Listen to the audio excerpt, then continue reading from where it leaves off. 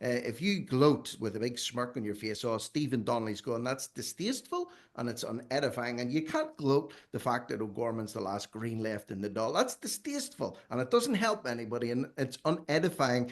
Is that not a masterclass in gaslighting? It just comes naturally to these folk at the minute. They accuse you of the things that they have been blatantly guilty of and en masse for years. Certainly, exactly right. I mean, look, if you're looking for a far right in Ireland, the only place it exists is the government.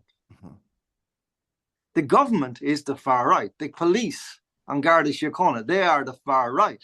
Drew Harris, I once wrote an article about this in a newspaper a couple of years ago, saying, who is the leader of the far right in Ireland? Drew Harris.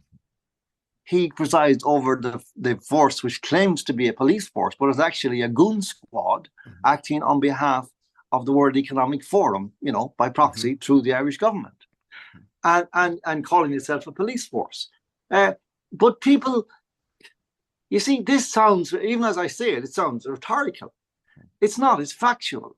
If you would actually go and look, and if you listen, and if you pay attention, that's what you come to. This is the conclusion you come to. But you're right. I mean, so all you can do is respond in kind, really, and simply say, like I've started to taking now to calling the political parties variously, for example, the fascist Gaels, the fascist fails.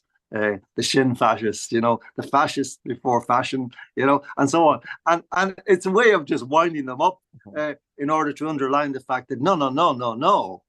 The people you're talking at and about are not the fascists. They're not the far righters. They're the ordinary voices of the ordinary people of Ireland. You are the fascists because you are using power to abuse and tyrannize the people of Ireland. You have no right to do it.